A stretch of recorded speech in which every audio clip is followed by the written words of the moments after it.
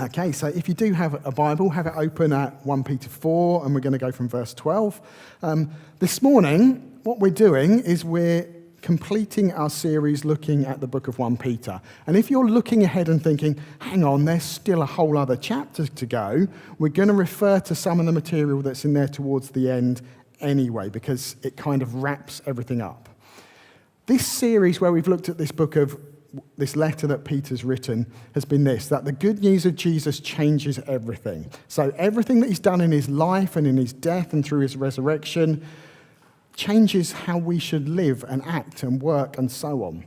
That we are brought into God's family, and that just like his death was not an end, neither is ours. We get to have an inheritance which can never spoil or fade or perish. These 5 chapters, they have covered a lot of ground. They have taught us about church, that the people you are with and surrounded by today are not just random people who happen to believe the same things, but they're family. They're God's chosen people. That when we gather together like this, it's something special because God dwells amongst us by his Spirit. These chapters have taught us about our attitude to work, to people in authority, about how married people are supposed to live out their marriage as Christians, and that we should, each one of us, set apart our lives to honour and glorify God.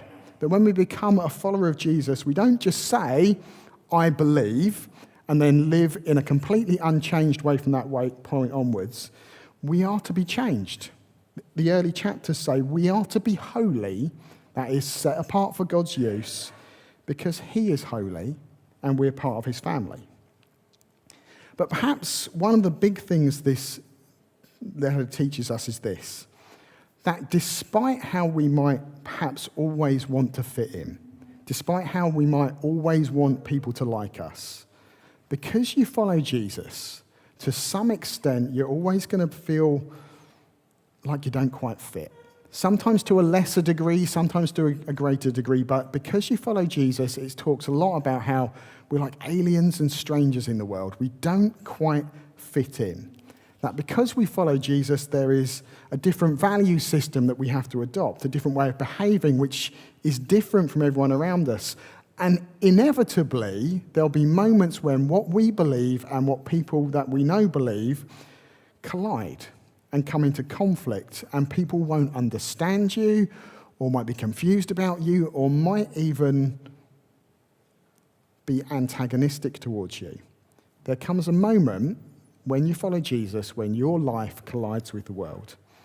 When you follow him, what you read in chapter 4 and verse 4, if you just flick back up there, is that people are going to be surprised about how you live and the choices that you make. At times, that will mean they just shrug and say, that's just a weird Christian thing. And at other times, it might be like a trial and a test that you have to go through. And when that happens, we have to choose how we are going to live. And that's where what we're looking at today kicks in. So verse 12 tells us that if we follow Jesus, at times, life just gets tough. So it says, dear friends, do not be surprised at the fiery ordeal that has come on you to test you as though something strange were happening to you. And this is all through this letter. If you were just to flick back to a couple of chapters, you can see this, you can see it going through. So in chapter 2 and verse 12, being a follower of Jesus brings accusations of doing wrong. That's one of the things Peter said. In chapter 3 and verse 9, he says that if you follow Jesus, people will accuse you of doing evil and they'll insult you. Chapter 3 and verse 13, he talks about threats coming against them. And chapter 4 and verse 4, where we just were a second ago, abuse heaped on you because you don't live the same way as everyone else. That's what the original receivers of these letters were going through. That's what they expected. And within a few years of this letter actually being written, huge persecutions just kind of broke out in the world. The Emperor Nero, in just a few short years after this letter was written, would be burning Christians alive. That's what they were facing. It wasn't the easiest world to live in. I'm someone who loves those moments when archaeology and what we read in the Bible connect, when you get a sense of how the world that we read about connected with the world that history tells us about. You can get a sense sometimes of what people thought about Christians. So I've shown you this before, but there's an ancient piece of graffiti where you have a crucified man with the head of a donkey and the slogan next to it, Alexamenos worships his God. There should be a picture, Noah. Yeah. So, it's not the best drawing in the world. It's not the clearest writing. But what you've got there is a sense that someone looked at a Christian called Alexamenos and they thought, what an idiot. What an idiot. He worships a god, and it's effectively like worshipping a donkey, and a dead crucified donkey at that. That's one piece of ancient graffiti. A couple of 100 years ago, or 100 years ago, in Pompeii, they found a similar piece of writing where someone had scratched onto the side of an inn these words: Bovio, cool name, is listening to the Christians. And surrounding that little phrase were things like these words written in different handwritings: haters of men, liars, and so on. There was a sense that because he was listening to Christians, people immediately thought, hey, I hate Christians. They don't like people, they lie. That was the world they lived in. And whilst the words are different, it's not completely dissimilar to our world. Christian views are quite often seen as backward or bigoted, or faith in Jesus is something childish and juvenile. It's something to be mocked. When Christians do something good, quite often there'll be people who are suspicious about it and say, well, there must be an ulterior motive. There must be a bad thing lurking under the surface, because we don't tick all the same boxes that other people tick. In a few weeks, when we do Holiday Club, there will be some people in town who will not think it's a good thing, simply because we're Christians doing it. And maybe at times, we feel exactly the same pressure as that man Alexamenos or Bovio. Even though it's 2,000 years later, there might be moments when our values and our faith collide with people around us, and we feel the same pressure that they felt, to just tone it all down, to just hide it all. When actually what we need to do is keep going and keep persevering. Those moments can feel like a real test and a real trial, but we're encouraged to keep going. They have a purpose. And if you look at verse 12, you can kind of see it. So again, look at verse 12. Do not be surprised. That's the first thing we're supposed to take from this. Don't be surprised. It's going to happen. Your world is going to collide with the world around you, and this is just going to happen. Don't be surprised when you feel peer pressure or subtle mockery or polite exclusion or even open abuse, because it's not unusual. It's not unusual. At the same time, verse 12 says to us that we should rejoice in it. Don't be surprised, but rejoice. And then in the middle, it talks about a fiery ordeal. Do not be surprised at the fiery ordeal that has come upon you as some kind of test. When you read that, what do you actually feel? When you read, don't be surprised that God might put you through a fiery test. I instinctively think, why would God do that? Why would God do that? Are we just lab rats, and is he poking and prodding us to see what we do? Or is something else going on? Well, when Peter talks about a fiery ordeal that tests us or proves us, the image he's drawing on is that of a refiner's fire. So in the ancient world, you would have a lump of ore, which was a mixture of all different kinds of metals. You couldn't separate them yourself. Dirt and rock and copper and iron and all sorts of things mixed together. You know there is something precious in there, and you want to get it out. And the only way you can get it out is to heat it. So when you heat this lump of ore, certain things happen, that the dirt burns off. At 327 degrees, as the lead melts and that drains off. You heat it more and more and more, and at 961 degrees, I'm having to check these numbers, silver melts, and you can collect that.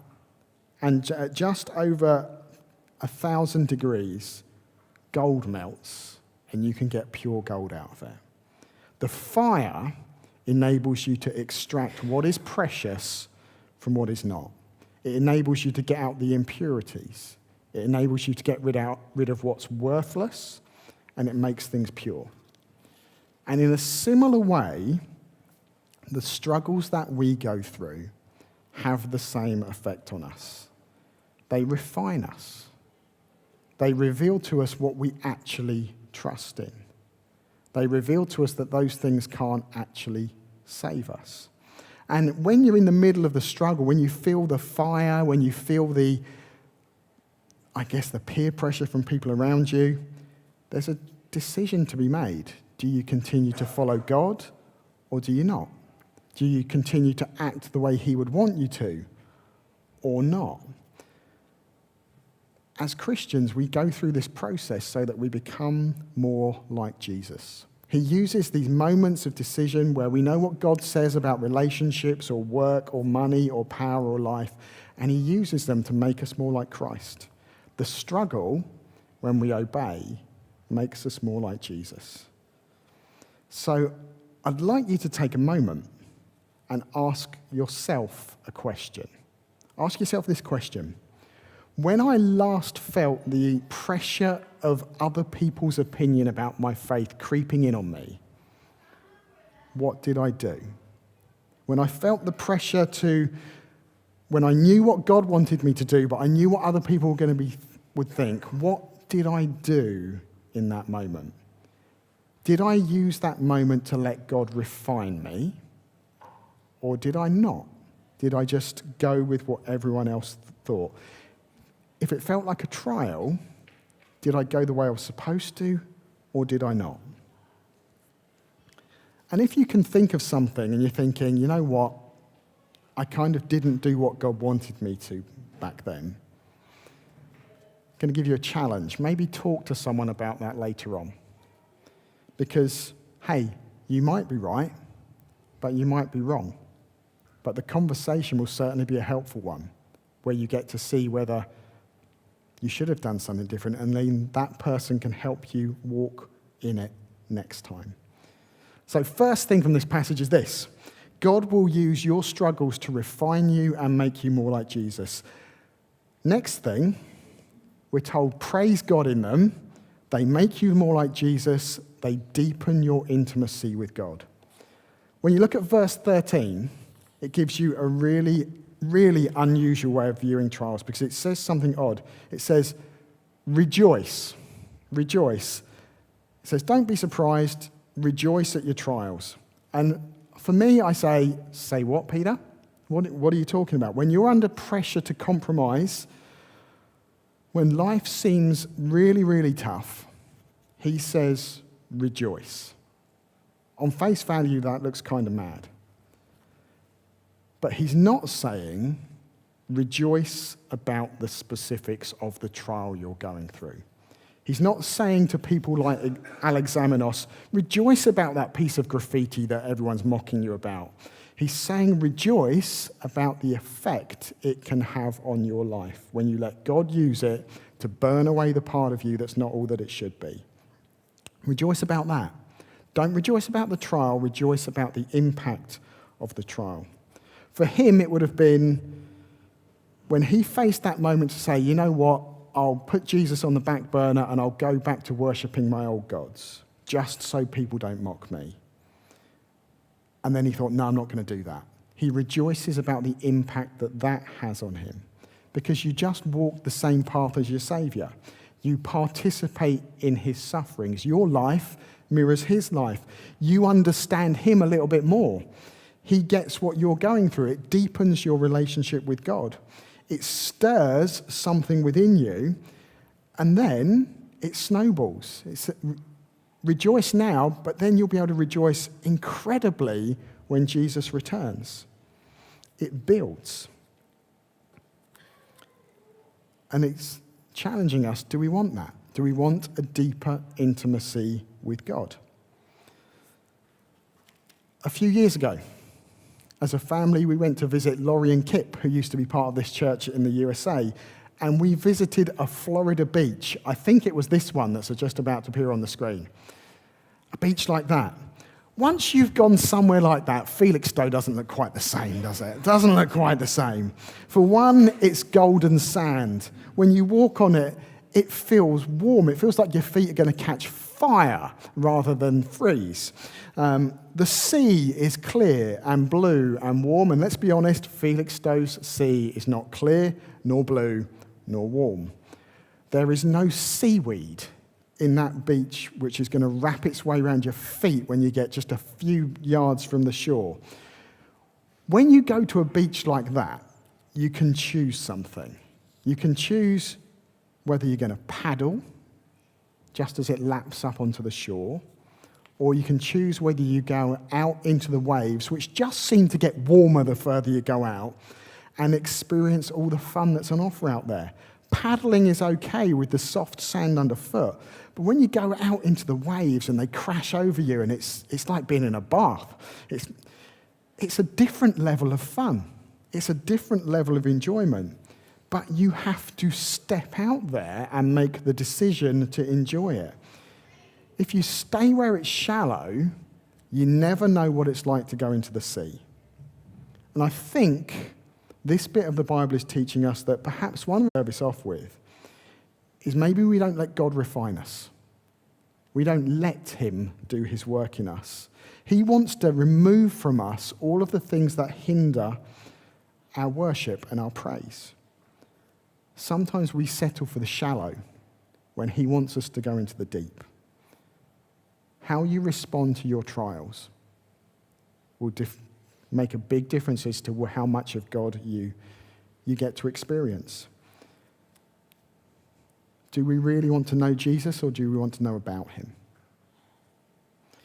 If this speaks to you in any way, maybe you need to let God refine you. If you don't get what's going on when people are singing, maybe you need to let God refine you. Because actually, when we do what God wants us to do, it deepens our intimacy with him. Look at verse 14. If you are insulted because of the name of Christ, so if your following of Jesus causes you to lose face or standing or a bit of social capital, you're blessed, for the Spirit of God rests on you. If that happens, you're blessed because the Spirit of God rests on you. In the world that Peter wrote to get an insult wasn't just a one-off moment and then it was gone. It was something that lingered.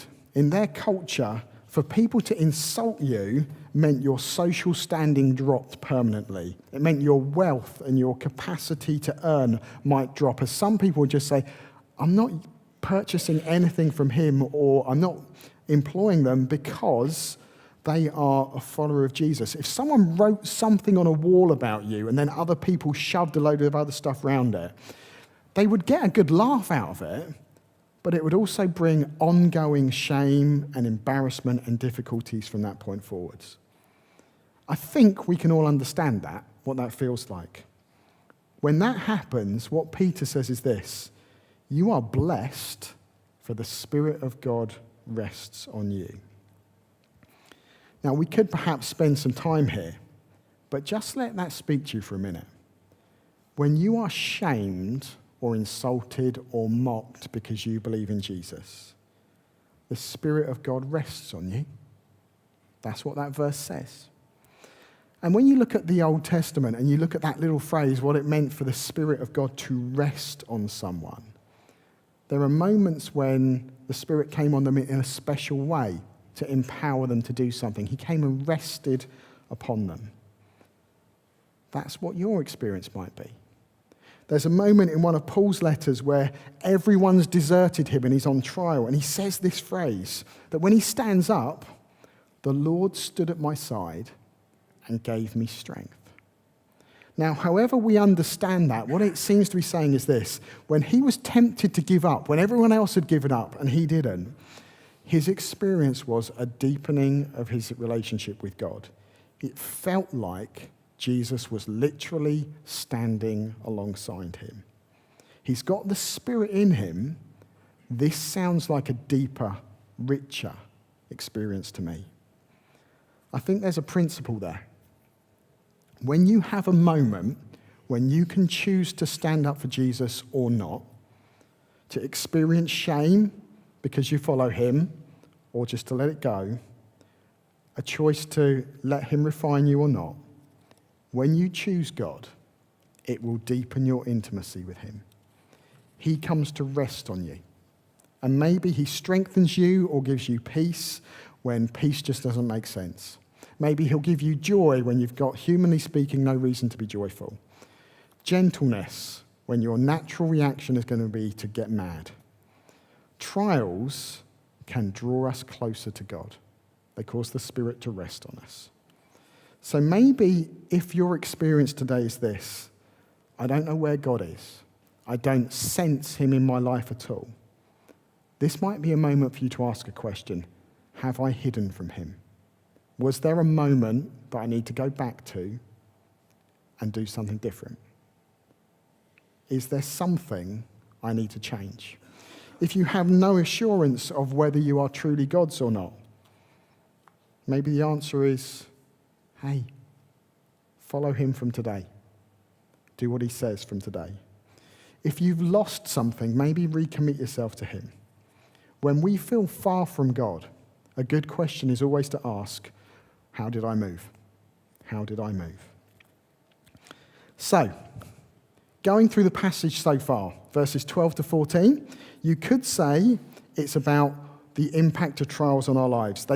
They come to refine us and make us more like Jesus. They prepare you for heaven. They deepen your intimacy with God.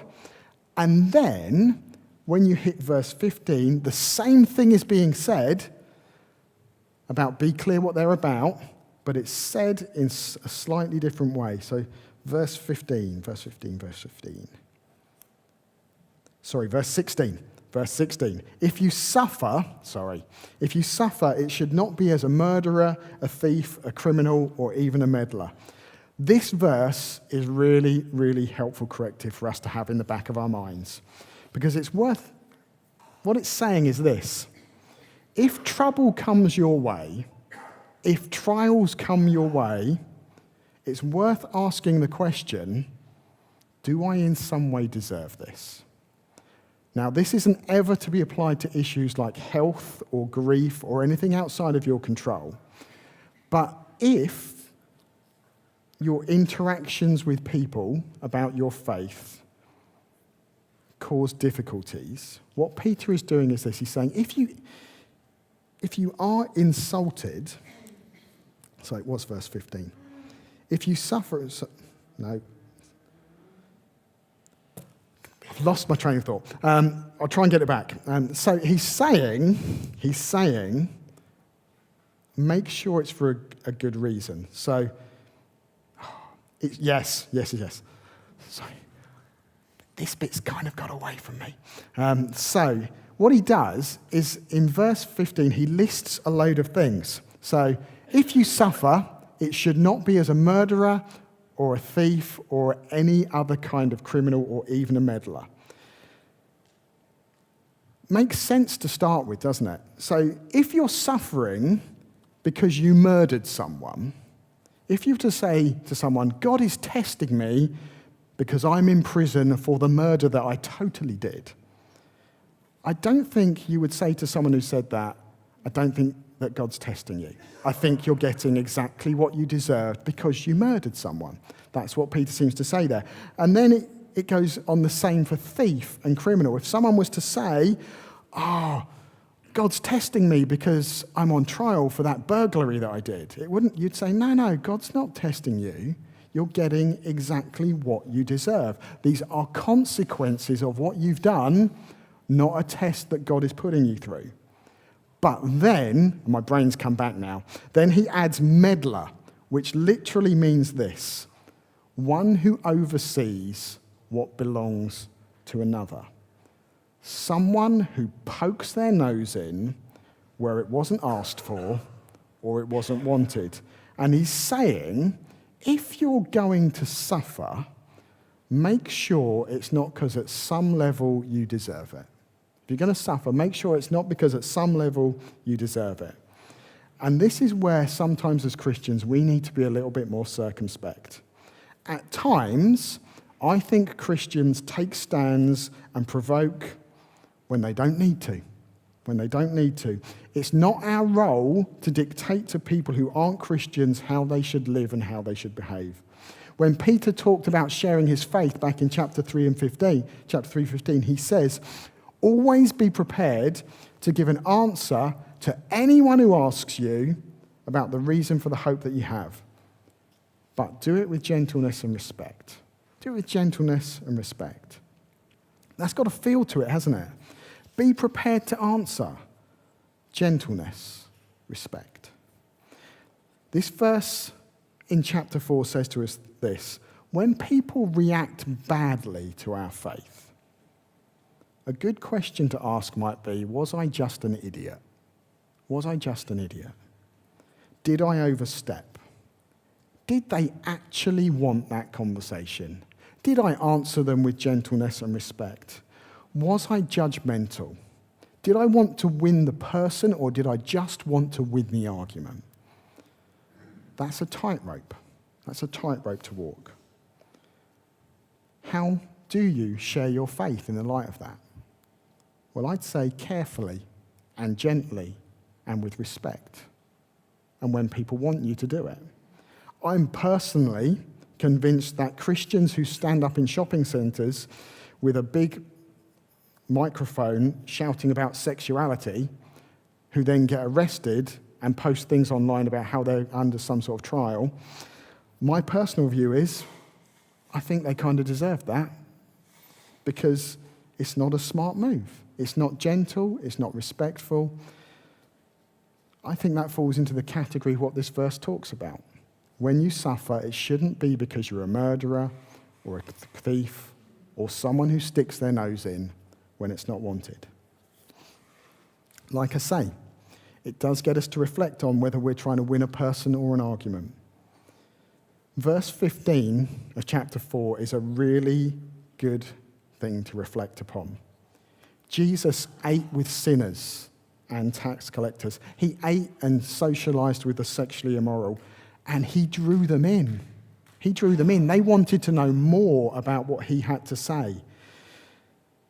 The am I being an idiot test is a really, really good one. If you're struggling, if you're in the middle of a trial, if someone has reacted badly to you because you're a Christian, maybe a good question would be to, or a good way of viewing it would be to go to someone else and ask them, do you think I was being an idiot? And if they hesitate in any way, shape, or form, you probably were. If they hesitate at all, you probably were. If not, then it's a cause for praise. We're going to end in a moment. But ultimately, what this passage about is this. When life gets tough because you follow Jesus, whose opinion is important? So let's think back. Let's circle back to those two ancient guys from history whose names ended up plastered on the walls of the cities where they lived. They could have been tempted to say, too much, too hard. I'm being called a hater of men. They think I worship a donkey. They call me a liar. They exclude me because I won't do the things that they do. Their world isn't much different to ours, is it? It's not that much different. Follow Jesus and you might get called bigoted. You might get called naive. You might get called stupid or juvenile. You might have a sense that you're missing out on what everyone else is doing. Your prospects might shrink because people know you follow Jesus. You might be overlooked at work, left out socially, talked about behind your back. What are you going to do? Peter would say, keep going. keep going. He would say, entrust yourself to your Creator and keep doing good. Keep being who God wants you to be. That's what he would say. And if you do that, you can know he's making you more like Jesus. He's refining you through this. You're becoming precious to him. You'll experience a greater intimacy with God as he draws closer to you. You can know there's a future blessing coming for all that you do. And this is all because of what Jesus has done. I'm going to finish by just reading how Peter closes out this little section in chapter 5, because this is perhaps what we need to do. So if you look at chapter 5, from verse 6 onwards, this is how this little section ends. He simply says this: "Humble yourselves, therefore, under God's mighty hand, that he may lift you up in due time. Cast all your anxiety on him, because he cares for you. Be alert and of sober mind. Your enemy, the devil, prowls around like a roaring lion looking for someone to devour. Resist him, standing firm in the faith, because you know the family of believers throughout the world is undergoing the same kind of sufferings.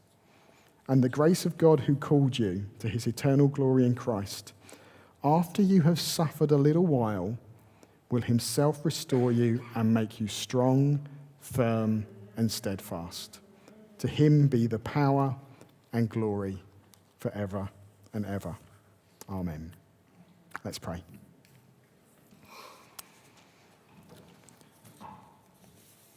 Father God, we would ask that tomorrow, as we go to work, or as we meet with friends, or as we socialise, or as we chat to our neighbours, that if there comes a moment where, because of our faith, we're going to be mocked, or we think we're going to be thought less of, or we're going to be overlooked in some way, would you give us the strength to face that moment? Or perhaps sometimes we don't take the step because we fear what people are going to say.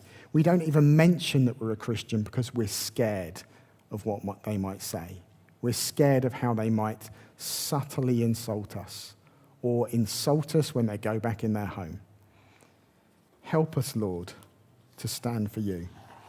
Because we know from your word that the things we go through refine us. They make us more like Jesus. They draw us closer to you. And you're at work in them. We don't always understand what you're doing. We don't always understand our trials, but you're always at work.